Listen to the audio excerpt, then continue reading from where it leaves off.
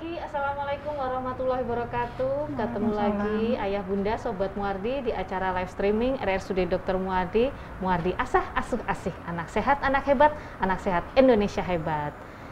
Di pagi hari yang cerah ini, cerah sedikit mendung, tadi pagi hujan rintik-rintik gerimis ya. Bersama saya Dr. Lintang spesialis anak. 1 jam ke depan akan menemani Ayah Bunda, Sobat Muardi semuanya ya. Harusnya sih yang di belakang gambarnya Dokter Sandi ya, Muardi Asah Asuh Asih ini. Cuman karena ada hal mendadak dangdut, jadi tiba-tiba saya diminta untuk jadi menemani Sobat Muardi dan Ayah Bunda semuanya nih. Nggak apa-apa ya, yang di belakang gambarnya dengan yang di sini berbeda ya Bunda. Ya, hari ini sesuai dengan topik kita nih yang sudah di flyer di Instagram maupun di Instagram maupun di Facebooknya Rumah Sakit Dr. Muardi tentang peran imaging nih. Nah, ini masih dalam rangka Hari Radiologi Sedunia. Nah, kita akan mengundang, sudah kehadiran nih, bukan mengundang lagi, sudah kehadiran nih narasumber kita hari ini, Dr. Ida Prista, spesialis radiologi. Selamat pagi, Dok. Selamat pagi, Dok. Selamat pagi pemirsa semua. Ya, sehat ya, Dok? Alhamdulillah. Semangat pagi ya, semangat, Dok? Semangat. Walaupun hujan, mendung, gerimis ya tadi pagi ya. Ini saya sapa dulu, Dok. Kita sapa dulu nih yang di Instagramnya Rumah Sakit Muardi ini sudah banyak yang join. Iga Grosir ya, Endah Rahmawati ya, banyak sekali yang di Instagram. Kemudian yang di Facebook juga sudah ada banyak yang bergabung nih di Facebook nih, Dok. Biasanya yang bergabung nih Facebooknya Rumah Sakit Dr. Muardi ini kita sudah go internasional, Dok. Dari Sabang sampai Merauke, biasanya ada dari Jerman, Belanda, Jepang, keren ya, Hong Kong, wah, di mana pun ada, Dok. Ini saya sapa juga dulu yang di Instagramnya PPDS Anak UNS ya. Selamat pagi, sudah ada yang join di PPDS Anak? Ya, sudah ada yang join. Terima kasih ya yang sudah bergabung di Instagramnya PPDS Anak UNS. Juga saya sapa juga yang di Instagramnya instalasi radiologi ya, PPDS Radiologi. Ya. PPDS dan instalasi. Oh, PPDS dan instalasi radiologi. Selamat pagi, selamat join, selamat bergabung ya. Untuk Sobat Muardi dan juga Ayah Bunda yang hari ini akan menanyakan atau memberikan pertanyaan, silahkan klik di kolom komentar di Instagramnya Rumah Sakit Dr. Muardi maupun di Facebook ya. Kirim-kirim salam juga boleh ya, kirim-kirim salam ke Dr. Ida Prista juga boleh loh. Kan di radio, Dok, kirim-kirim salam. Oh, ini ada nih di Instagramnya Rumah Sakit Muardi dari Lukman Hermansyah, Jaya terus Muardi ya. Terima kasih Dr. Ida, sukses tuh, Dok. Iya, terima kasih. Vida Berry Aladen, Assalamualaikum dokter. Waalaikumsalam. Ya, terima kasih. Love banget, waduh, love sama siapa nih? Sama dokter Idanya nih, love banget nih. Sama hostnya. Kan, Dok. Ya, terima kasih yang sudah join di Instagram maupun di Facebook. Ya, ini kalau Hari Radiologi Sedunia nih biasanya diperingati tanggal berapa, Dok? Tanggal 8 November ya, setiap 8 tanggal November. 8 November. Ya. Kemarin hari Senin ya, kita hari Senin ini rangkaian talkshow. Kemudian kemarin ada handbike ya. Kemudian nanti hari Minggu ditutup dengan webinar. Oh begitu. Ya, jadi masih rangkaian dari acara Hari Radiologi ya. Sedunia nih acaranya radiologi di Rumah Sakit Dr. Muardi ya. Jadi kemarin topiknya tentang radiologinya apa, Dok? Hari Senin kemarin, Dok, topiknya tentang selayang pandang radiologi, jenis-jenis pemeriksaan. Oh begitu ya. Nah, kalau hari ini spesial nih karena kita topiknya di Muardi Asah Asuh Asih, anak sehat, anak hebat, Indonesia hebat. Makanya kita topiknya khusus tentang info kesehatan anak, tentang tumbuh kembang anak. Nah, sesuai dengan topiknya kita nih tentang tumbuh kembang anak ya, tentang peran imaging ya. Dr. Ida Prista ini adalah spesialis radiologi. Kita akan membahas tentang diskusi mengenai apa saja sih peran dari imaging. Artinya imaging itu apa dulu sih, Dok, sebenarnya? Pencitraan, Dok? Kalau bahasa Indonesia ya. Pencitraan ya, jadi benar-benar pencitraan ya, bukan pencitraan. Bukan pencitraan. Ya, benar-benar. Apa sih peran pencitraan di dalam tumbuh kembang anak? Apa saja sih yang dibutuhkan, Dok? Ya, terima kasih Dr. Lintang. Jadi kalau bicara tentang tumbuh kembang anak itu sebenarnya sangat menarik ya, karena kita sebagai orang tua, sebagai dokter tentu menginginkan perkembangan anak itu optimal ya, karena anak adalah generasi penerus ya dok ke depannya. Jadi sebenarnya pemeriksaan radiologi adalah rangkaian pemeriksaan menyeluruh dari multidisiplin, dari anak, dari radiologi ya. Nah, bagaimana kita memberikan deteksi tumbuh kembang untuk mengidentifikasi apakah anak itu mencapai pertumbuhan dan perkembangan yang optimal. Tentu ini bukan pemeriksaan yang pasien datang sendiri memintakan pemeriksaan, bukan, tetapi pemeriksaan radiologi adalah rangkaian diagnosis yang dilakukan bersama-sama dengan dokter anak. Misalnya dokter anak melakukan pemeriksaan, kalau misalnya ada kecurigaan perlu kewaspadaan terhadap kelainan tumbuh kembang, maka akan dikirim ke radiologi dan kita melakukan pemeriksaan seperti itu. Jadi sebenarnya untuk tumbuh dan kembang, tumbuh kembang anak banyak sekali dok pemeriksaan yang bisa kita lakukan ya. Kalau kita bagi secara sistem, ada sistem saraf ya, otak, perkembangan otak ya, perkembangan otot atau muskuloskeletal, kemudian perkembangan urogenital dan sebagainya ya. Untuk di bidang perkembangan neurologi anak ya, tumbuh kembang anak, kadang ada beberapa anak mengalami keterlambatan perkembangan tertentu, mencapai misalnya seharusnya sudah bisa melakukan sesuatu, ini agak terlambat. Nah, biasanya kita melakukan deteksi perkembangan dengan melakukan pemeriksaan radiologi. Yang paling, kalau untuk perkembangan sistem saraf, kita menggunakan MRI yang paling baik dok. Di sana kita bisa melihat apakah ada kelainan perkembangan, kematangan otak, nah, yang sesuai dengan usia pasiennya, sehingga kita bisa mendeteksi apakah ada kelainan tertentu yang mendasari keterlambatan dari tumbuh kembang anak tersebut ya. Kemudian ada juga anak-anak dengan keterlambatan pertumbuhan dok. Kita juga bisa melihat di sistem sarafnya apakah ada kelenjar yang tidak sesuai dengan ukurannya. Jadi radiologi nanti banyak ada ukuran-ukuran tertentu untuk tumbuh kembang yang seharusnya normalnya dicapai oleh anak tersebut ya, untuk sistem saraf. Kemudian ada lagi untuk pertumbuhan badan mungkin ya. Apakah anak tinggi, pertumbuhan badannya sesuai dengan usianya. Kemudian kita bisa melihat dengan foto polos, biasanya melihat perkembangan tulangnya sudah sesuai tidak, misalnya anak 7 tahun, apakah tulangnya sesuai dengan anak 7 tahun atau kurang, seperti itu. Jadi itu untuk muskuloskeletalnya. Kemudian urogenital juga dok, jadi banyak sekali kelainan-kelainan yang bisa kita deteksi apakah pertumbuhan dan perkembangan sistem urogenitalnya itu sesuai usia pasien, misalnya apakah ada ketidaksesuaian dari pertumbuhan organ-organ genitalianya. Misalnya apakah migrasi organ genitalnya sesuai atau ada gangguan seperti itu. Ya, jelas sekali Dokter Ida nih. Ada pertanyaan ini saya sapa dulu nih untuk Sobat Muardi yang di Facebook dari Ani Febriastuti. Semangat pagi Dokter Ida. Selamat pagi. Selamat pagi Bu Ani Febriastuti ya di Facebook. Ini ada pertanyaan di Instagram dok dari Lili Fatmawati 99. Pagi dok, apakah kelainan pada anak sudah bisa diketahui sejak masih janin? Maaf. Bagaimana mendeteksinya? Ya, untuk Mbak Lili Fatmawati ya dok.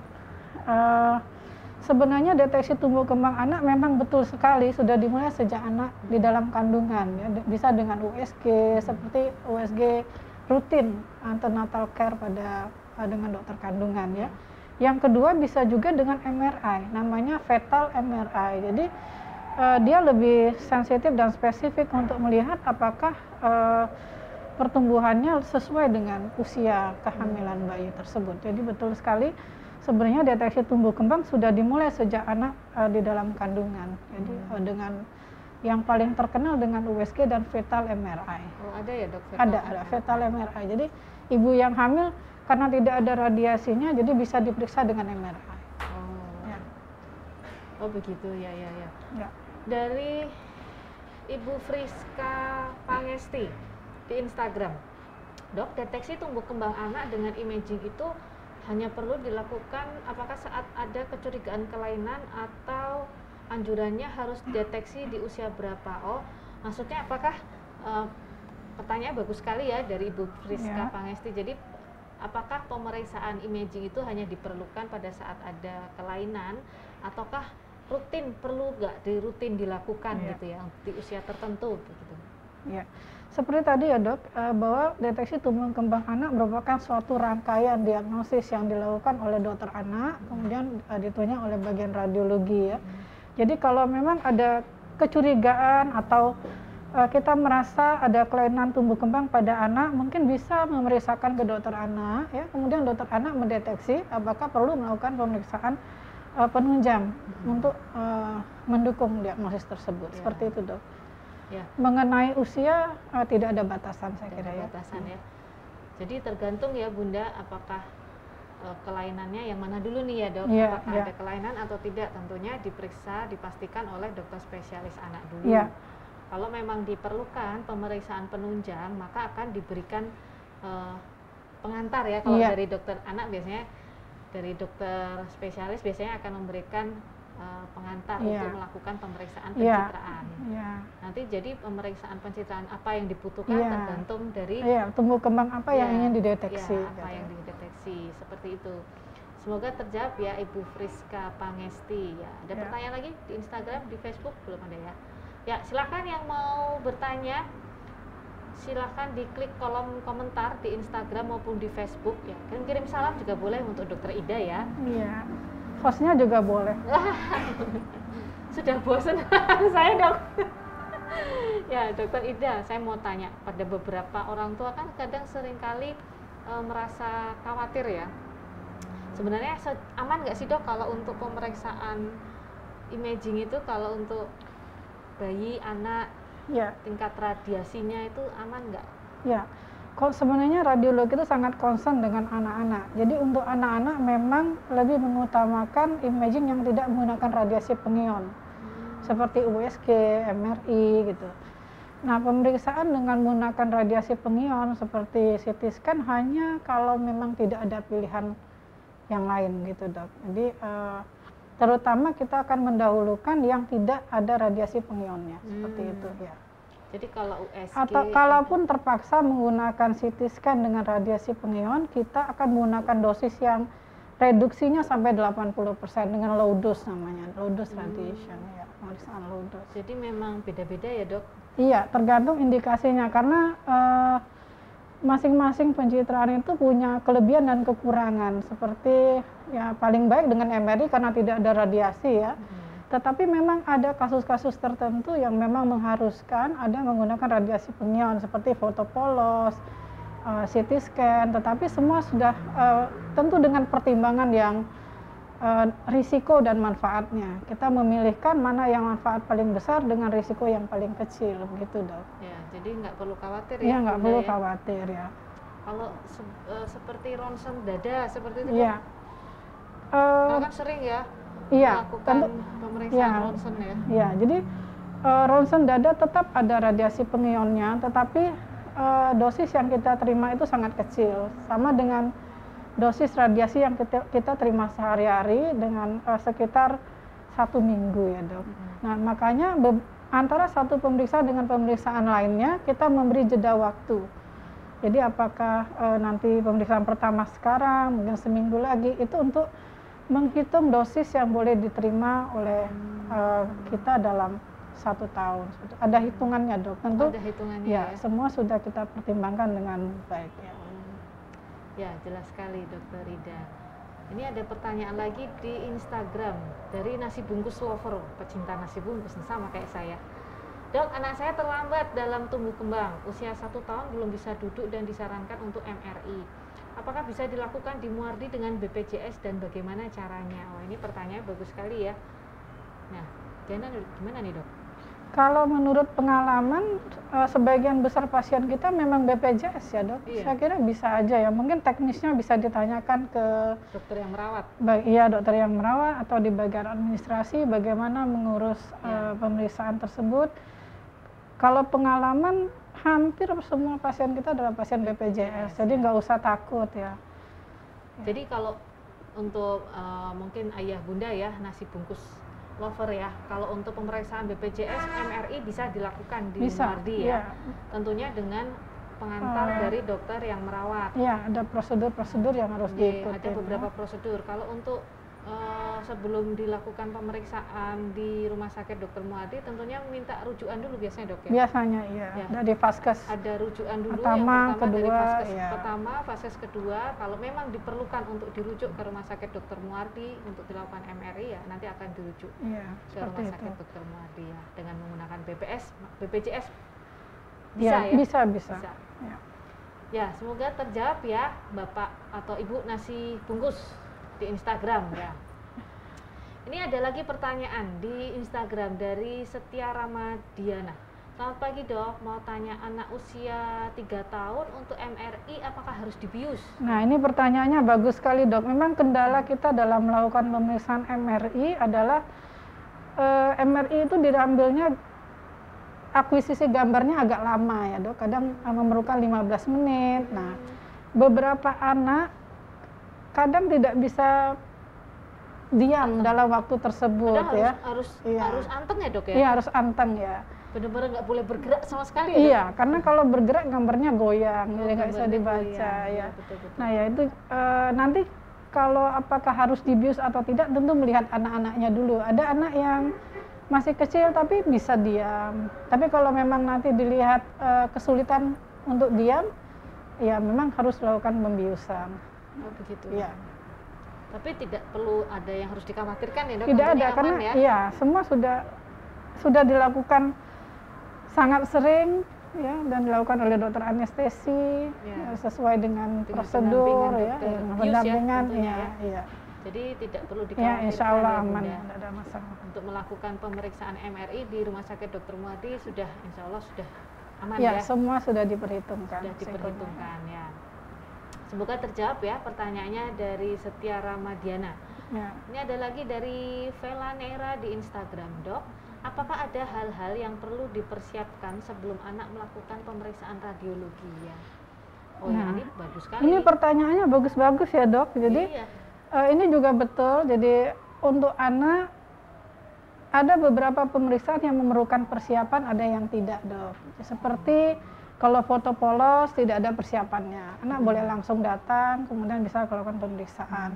Tetapi memang beberapa pemeriksaan seperti CT scan apabila menggunakan kontras, nah kita ada persiapan puasa. Ya. Ya, kemudian sebelumnya pemeriksaan fungsi ginjal, ya, kemudian untuk memastikan bahwa fungsi ginjalnya baik. Kemudian pemeriksaan Sebenarnya MRI dengan tujuannya apa dok? Karena kan ada beberapa orang tua yang dok cepetan dong mau di CT scan nih, kok nggak cepet-cepet nih di CT scan gitu kan? Iya, memang persiapan itu diperlukan supaya gambarnya itu baik. Ya. Ya, kadang-kadang diperlukan puasa supaya seperti USG memerlukan puasa supaya udara usus tidak mengganggu USG-nya. Ya. Jadi gambarnya betul-betul baik. Kalau memang mau mengukur fungsi Doppler ginjal, kita bisa melihat bahwa pembuluh darahnya baik. Tidak ada yang udara usus tidak akan mempengaruhi. Ya. Nah, kemudian untuk khusus pemeriksaan radiologi dengan kontras seperti CT scan dan MRI dengan kontras, puasa diperlukan karena walau bagaimanapun pemeriksaan itu ada risiko efek samping, apa pasiennya nanti mual, muntah, sehingga kita mencegah terjadinya efek samping Jadi seperti kalau itu. CT scan itu ada yang CT scan Kalau polos tidak perlu polos itu persiapan, yang tidak ya, perlu tidak pakai dipasangkan kontras. ya dok. Ya. Jadi sebenarnya kontras itu apa sih dok? Karena Kontras kan itu Sobat Muardi banyak yang nggak tahu nih apa ya, sih jadi perbedaan? pemeriksaan Ya. CT scan dan MRI ada dua, memakai kontras dan tidak. Kalau tidak menggunakan kontras berarti kontras itu prinsipnya kita menginjeksikan obat ke dalam pembuluh darah sehingga kalau ada kelainan di tempat kelainan tersebut akan berwarna lebih terang. Oh, seperti Ya, sehingga itu. kita bisa mengidentifikasi pembuluh darahnya, kelainan di sana dengan lebih jelas dibanding kita tidak menggunakan kontras. Seperti itu. Jadi kalau dengan CT scan yang dengan kontras akan lebih Lebih jelas, akan tetapi lebih jelas, ya. tetapi tergantung kelainan yang mau dideteksi tadi, Dok. Ya, semuanya nanti tergantung kasus per kasus. Mungkin dari dokter anak mengkonsultasikan ke bagian radiologi apakah ini cukup CT scan polos atau perlu dengan kontras, seperti itu. Kalau perbedaan dari CT scan dengan MRI apa, Dok? Nah, itu lagi masing-masing alat itu punya keunggulan dan kelemahan masing-masing. CT scan itu lebih unggul karena pemeriksaannya cepat, Dok. Dia lebih unggul dalam melihat tulang, paru-paru, seperti itu.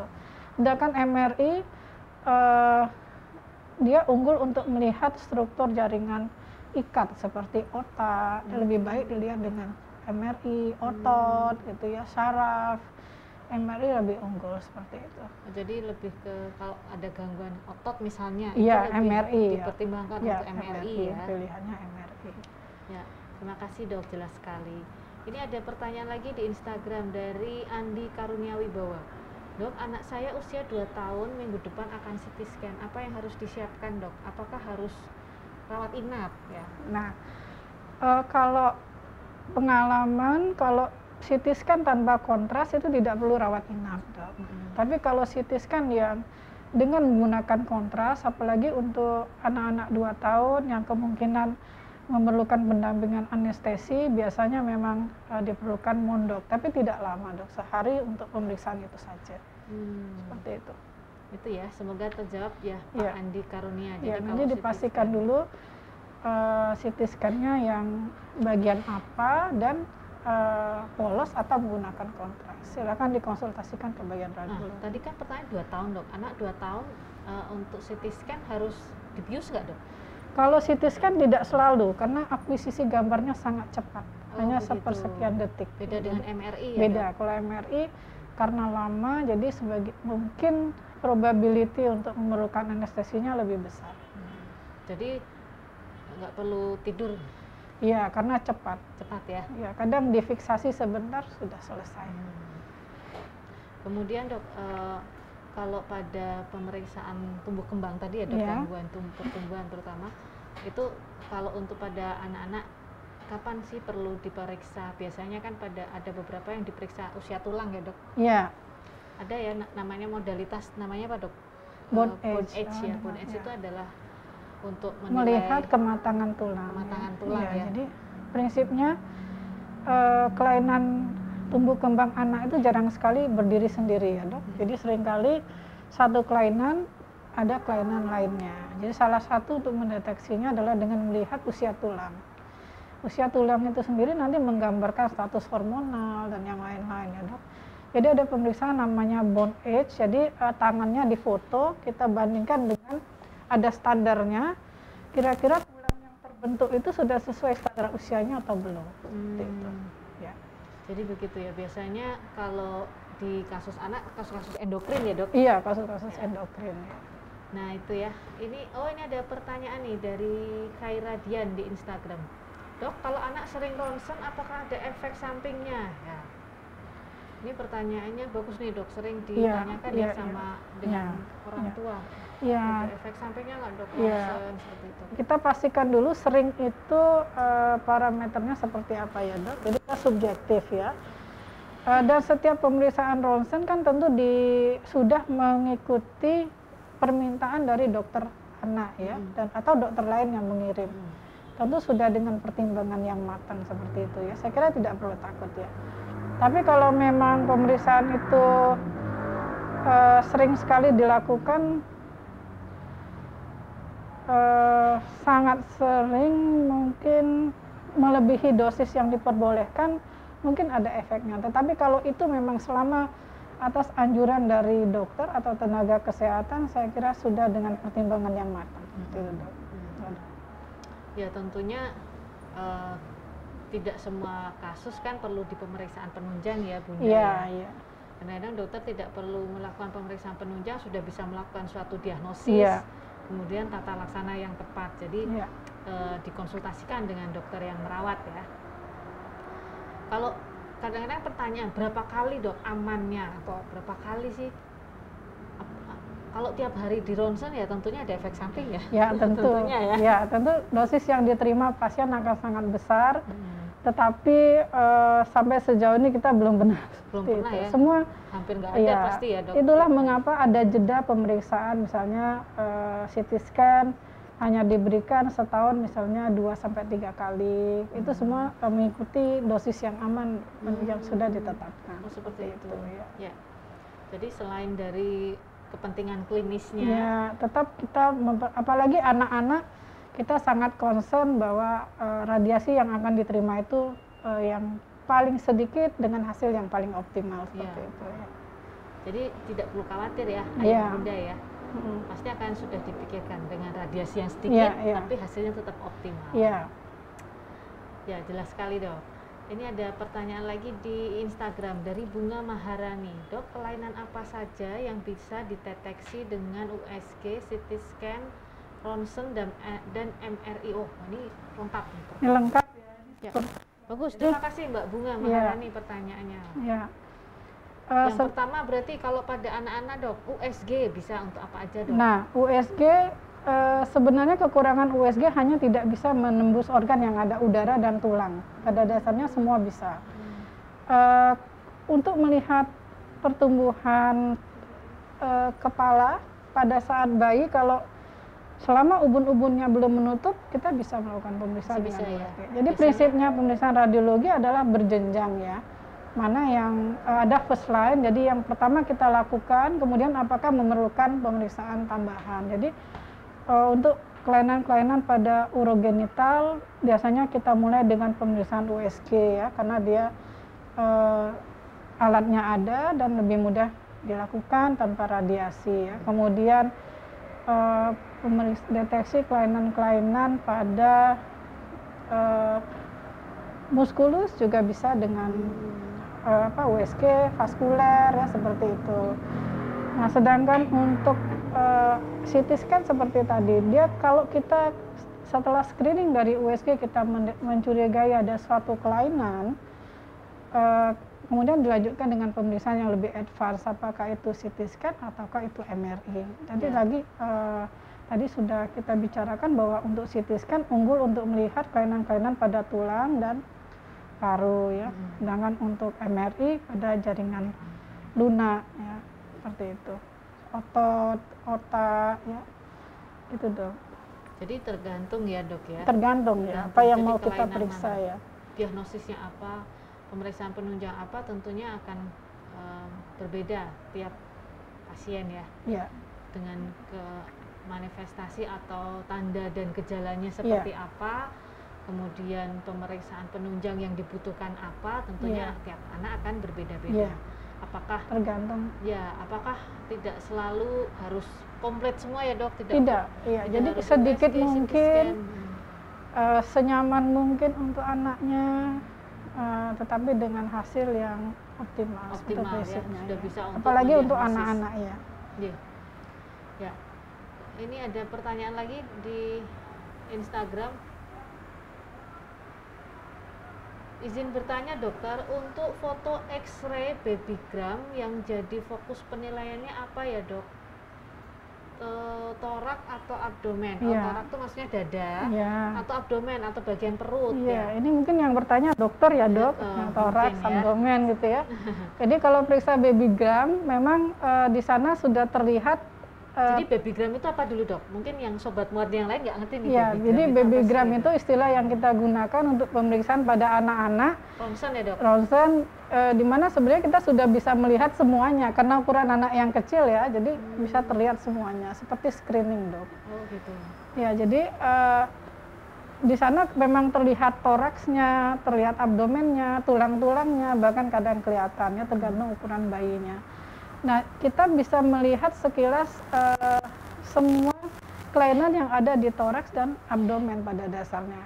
Karena ini adalah pemeriksaan awal, tentu kalau ada kecurigaan kelainan berikutnya, kita bisa lanjut dengan pemeriksaan lain. Kalau kita curiga dari babygram ada kelainan pada ususnya kita bisa melakukan pemeriksaan kontras ya, kemudian USG, bahkan sampai ke MRI kalau diperlukan. Ya, jadi untuk toraksnya juga kalau kita lihat ada kelainan kongenital pada paru, misalnya ada CPAM namanya, pulmonary malformation ya. CPAM itu kelainan pertumbuhan dari parunya, Dok. Ya, jadi kalau ada kelainan di sana, kita bisa melanjutkan dengan CT scan seperti itu. Jadi dia seperti pemeriksaan first line, Dok. Screening awal. Screening awal ya. Tapi sebagian besar kelainan memang sudah bisa dideteksi dengan babygram. Jadi tidak bisa kita tinggalkan begitu saja walaupun sudah ada pemeriksaan yang lebih canggih. Dia memang pemeriksaan awal yang bisa kita gunakan deteksi kelainan pada bayi, baik di toraksnya, abdomen maupun kadang muskuloskeletal sudah bisa dilihat, seperti vertebrae. Kadang dari babygram kita bisa melihat ada kelainan vertebrenya, ternyata ada spina bifida. Vertebrae itu tulang belakang. Tulang belakang ya. Ternyata ada. Jadi tergantung fokusnya mau gimana ya. Semua yang ada di sana akan kita lihat intinya dievaluasi. Misalnya kalau tadi ya Dok, kalau tadi dokter bilang ya kalau misalnya kelainannya ada di tulang belakang itu juga screening awal bisa cukup dilakukan dengan babygram. Iya, kita bisa melihat dengan kecurigaan tertentu walaupun fokusnya tulang kadang tidak terlalu jelas dengan babygram. Kalau memang kita curiga, kita bisa melanjutkan dengan pemeriksaan MRI untuk melihat sistem sarafnya, apakah ada kelainan pada vertebrenya, ya, tulang belakangnya. Ya. Tentunya juga itu disesuaikan dengan gejalanya ya Dok. Iya, jadi semua periksaan radiologi sesuai dengan indikasi ya Dok, yang dimintakan oleh dokter yang memeriksa awal, kelainan apa yang harus kita deteksi seperti itu. Seperti itu ya. Ya, jelas sekali ya pertanyaannya dan jawabannya dari Dokter Ida Prista. Ya. Ini ada bertanya Dok. Nah ini bagus sekali Dok dari Mbak Atika Sekar nih. Dok, apa benar CT scan pada anak bisa memicu kanker? Nah ini sering loh Dok ditanyakan sama orang tua, bahkan mungkin masyarakat awam ya. CT scan apakah betul bisa memicu kanker? Kan? Iya, pada dasarnya semua pemeriksaan yang menggunakan radiasi pengion, baik kita kena radiasi karena pemeriksaan atau dari luar, tentu akan memicu kanker ya Dok. Nah, tetapi untuk CT scan pada anak, pertama tadi kita bukan first line imaging, kita akan menggunakan dulu MRI kalau bisa. Kalaupun memang anak harus dilakukan pemeriksaan CT scan, tentu sudah menggunakan dosis yang dengan reduksi dosis tadi Dok, sekecil mungkin yang bisa kita gunakan. Memang ada beberapa teori yang kontroversi, yang menyatakan ada yang memicu kanker, ada juga pernah baca mungkin ya Dok, tetapi hasil penelitian itu mengikuti radiasi yang lainnya. Jadi misalnya radiasi yang kita terima dari sumber radiasi yang lain juga bisa memicu kanker, nggak mesti harus pemeriksaan radiologi gitu, seperti itu. Yang paling sering itu ya Dok, sutet. Iya bisa. Pokoknya semua yang menimbulkan radiasi pada tubuh kita dalam dosis tertentu tentu akan menimbulkan kanker. Tetapi khusus untuk pemeriksaan yang dilakukan di rumah sakit, biasanya dosis yang diberikan pada pasien sudah mengikuti dosis yang boleh diterima oleh pasien tersebut. Jadi misalnya Dok, tiap pasien mendapatkan dosis radiasi untuk CT scan yang berbeda Dok. Misalnya pasien anak usia sekian, apakah pada saat CT scan dibandingkan dengan orang dewasa dosis radiasi yang diterimanya berbeda? Ya. Jadi tidak perlu khawatir Tidak perlu khawatir. Apalagi dengan teknologi yang terbaru, ada memang alatnya memungkinkan kita untuk mereduksi dosis sampai 70%. Ya, jadi alat-alat yang terbaru itu sudah canggih.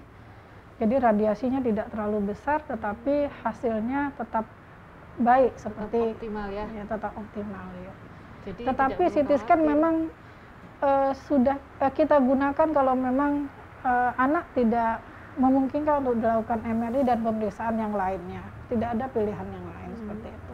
Oh, jadi kalau tingkat radiasinya antara CT scan dengan MRI itu MRI tidak ada radiasinya karena MRI non tidak ada ionizing ya, radiasinya karena ya? menggunakan gelombang ya. Oh begitu, itu salah satu bedanya. Ya, berarti mengapa Dok? pada anak kita lebih concern untuk non radiasi seperti USG, MRI, USG, MRI. Tapi kalau seperti memang itu. terpaksa kita melakukan CT scan juga, tetapi dengan pertimbangan dosis yang bijaksana seperti itu.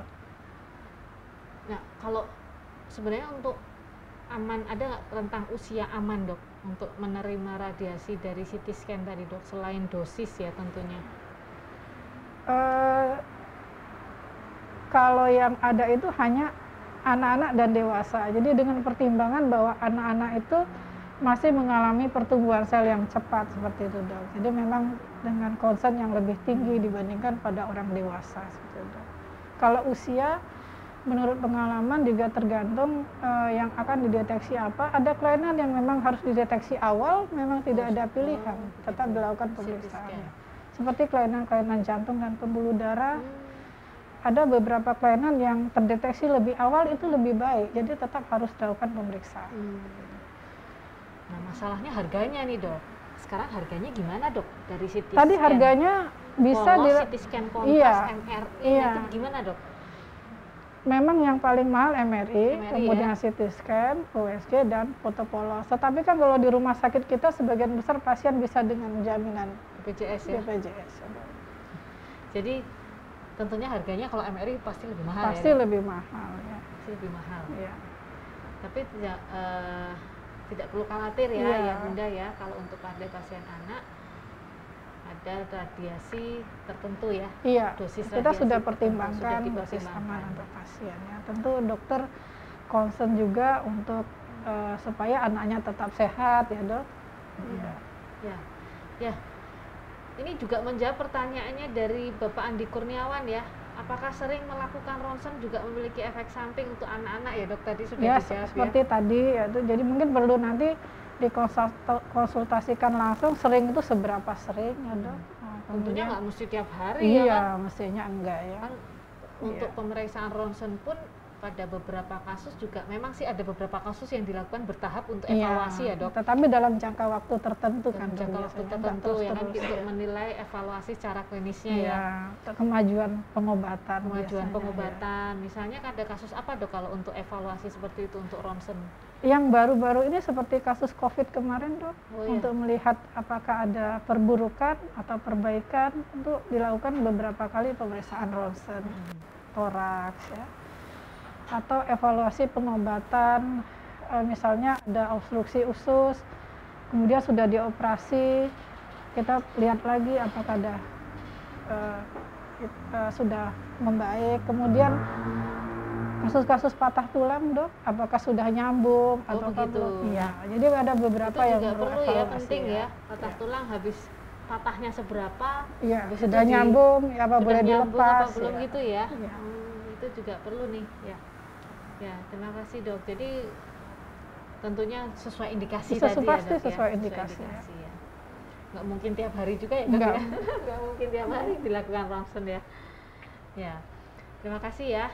Semoga terjawab Pak Andi Kurniawan. Ini dari Atika Sekar 17 di Instagram. Izin bertanya lagi Dok, kalau anak mengalami cedera kepala, seberapa diperlukannya melakukan CT scan?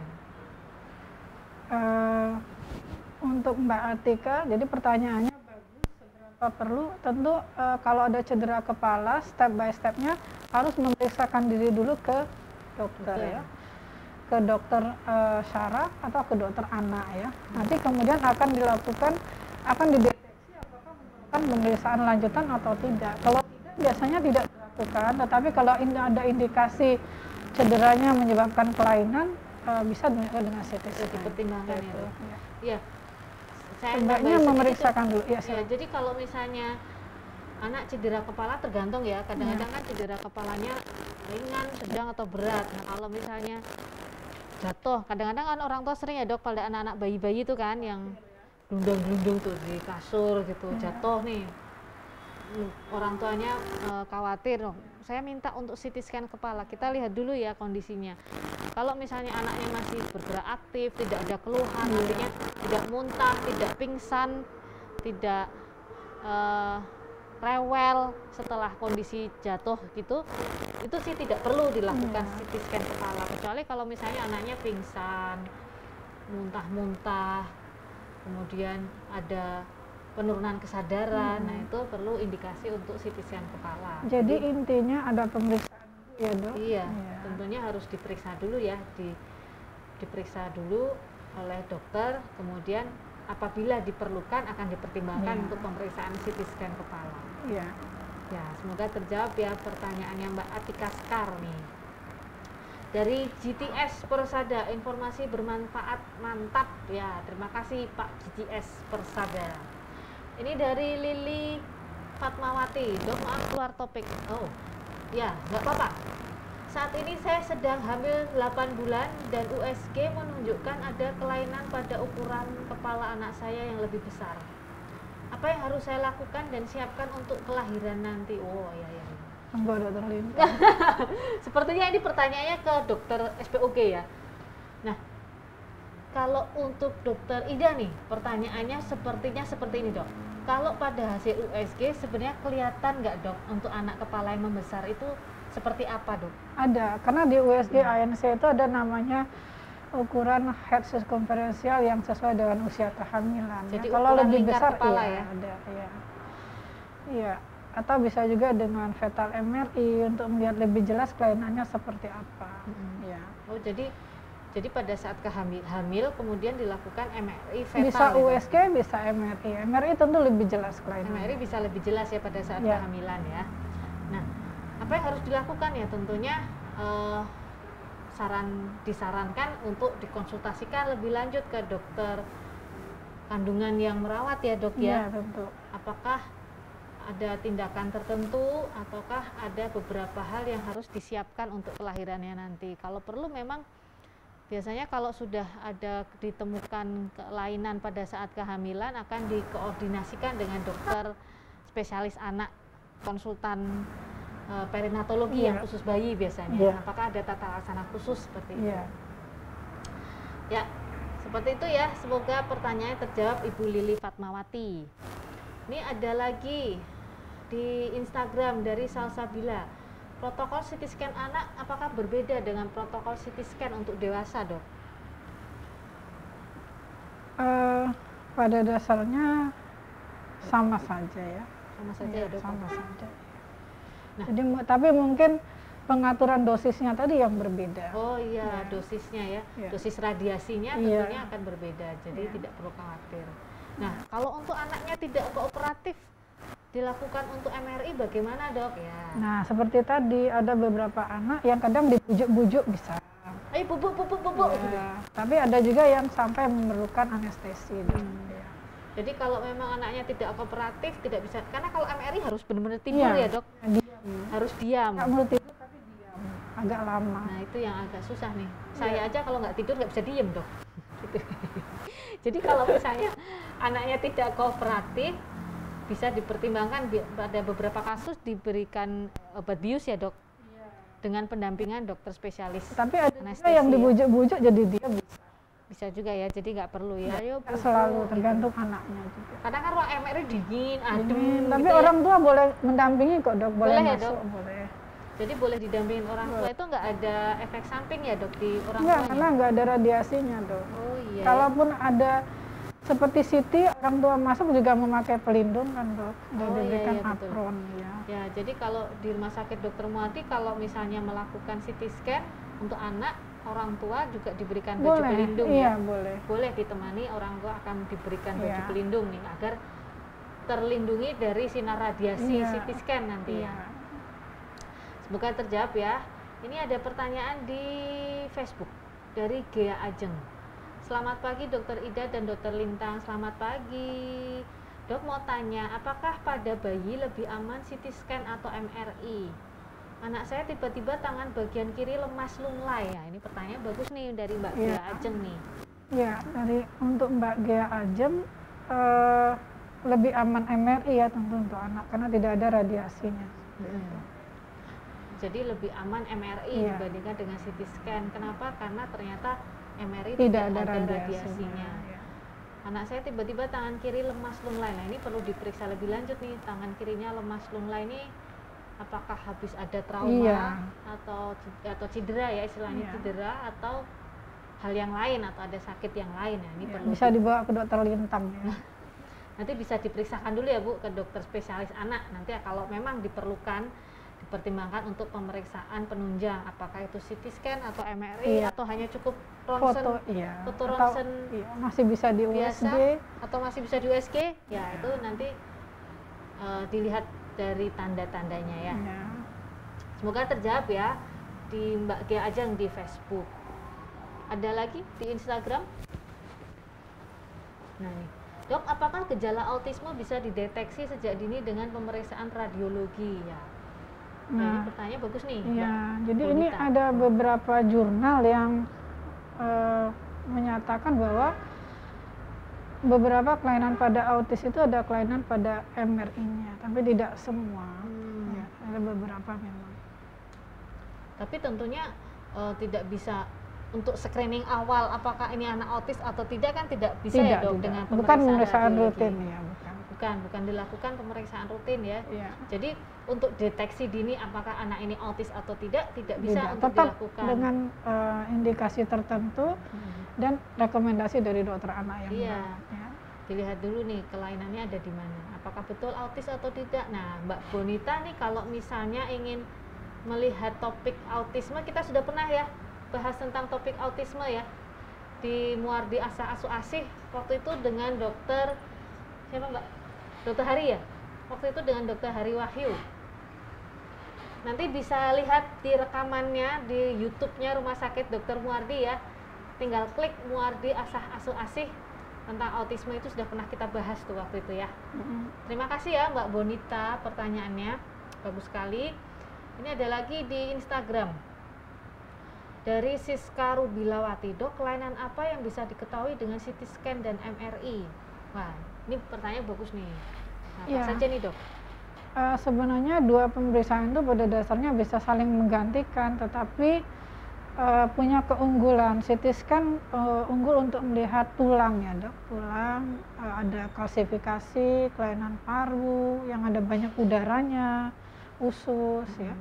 Nah, sedangkan MRI lebih bagus untuk melihat otak, saraf, otot seperti itu. Jadi lebih ke jaringan-jaringan lunak gitu ya. Ya, itu ya bedanya. Biasanya kasusnya apa aja Dok? Contohnya Dok? Contohnya kasus-kasus stroke, tumor otak lebih baik MRI. Ya. Tapi perdarahan kepala itu lebih cepat dengan CT scan, atau kelainan-kelainan tulang, cedera, fraktur dengan CT scan. Seperti itu ya. Jadi tergantung kondisinya ya. Kalau misalnya seperti perdarahan otak, tadi lebih bagus CT scan ya Dok? Lebih cepat Dok. Lebih cepat. Ya, meskipun MRI bisa melakukan pemeriksaan lebih lengkap, tetapi akuisisi gambarnya agak lama. Sedangkan untuk beberapa kasus perdarahan kita memerlukan tindakan yang cepat biasanya. Jadi lebih mudah dan lebih cepat dengan CT scan. Kalau MRI berapa jam Dok? Satu pasien untuk 15 sampai 30 menit. Lama ya? Agak lama. Jadi kalau pasien cedera kan seringkali dia gelisah Dok. Jadi kalau di MRI dia akan bergerak-gerak, gambarnya akan goyang. Jadi sedangkan CT scan akuisisi gambarnya sangat cepat. Jadi lebih rasional kalau melakukan CT scan ya, seperti itu. Dan perdarahan lebih mudah terlihat dengan CT scan juga. Tapi berbeda dengan stroke yang tidak perdarahan, MRI lebih baik.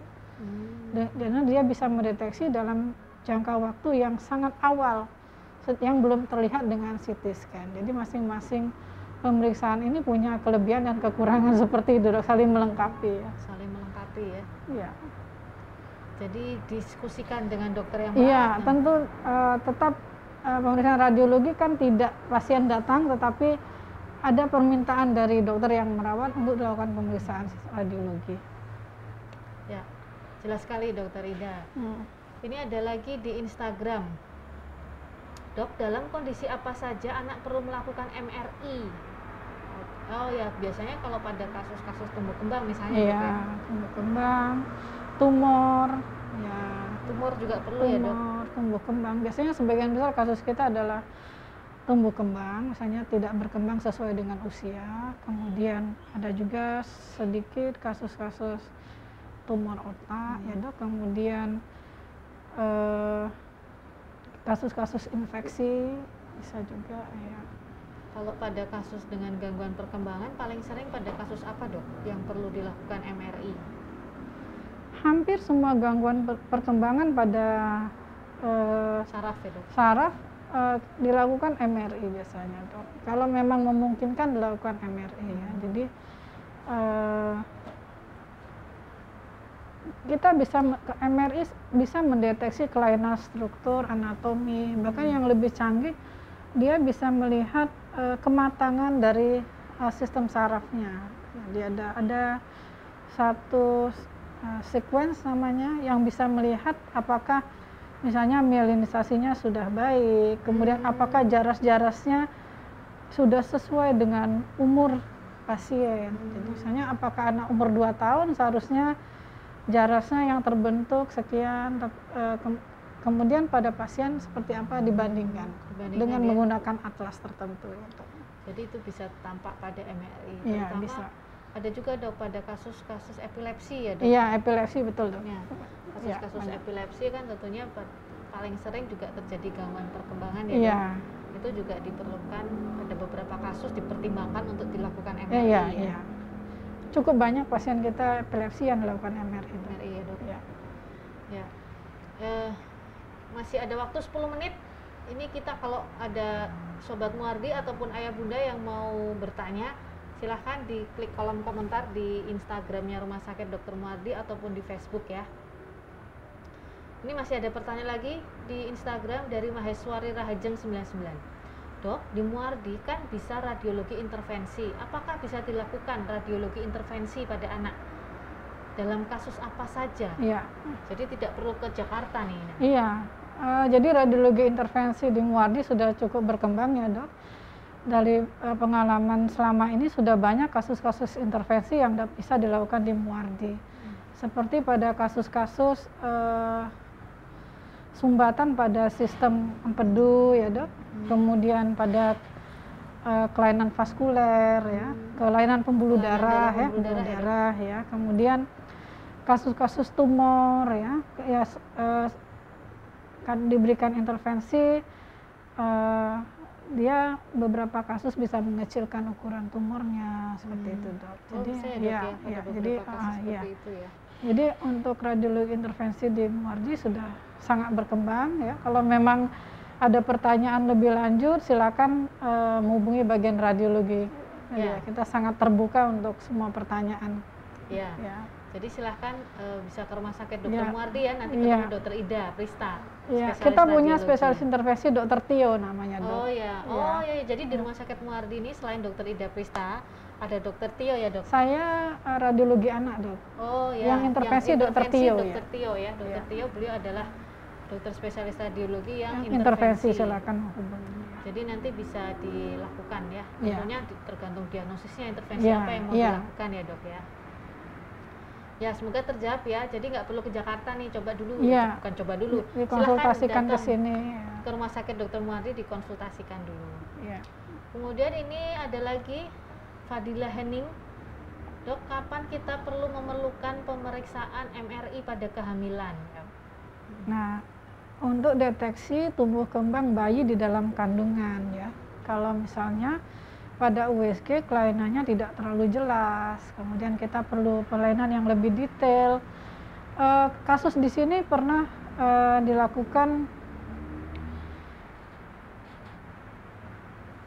ada kasus yang berhubungan dengan bayinya, perkembangan sarafnya apakah optimal sesuai dengan usia. Yang kedua, ada kelainan yang menyertai kehamilannya. Jadi ibu-ibu kan kalau lagi hamil tidak bisa dilakukan CT scan, misalnya ada tumor waktu itu, dia di MRI supaya tidak berpengaruh pada bayinya.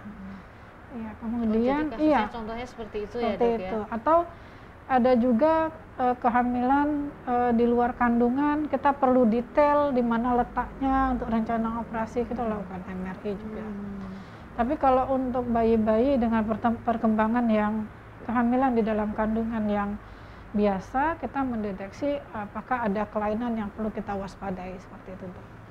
Cukup dengan USG sebenarnya. Sebenarnya, tetapi kalau tidak jelas bisa dilanjutkan dengan MRI fetal ya. tadi.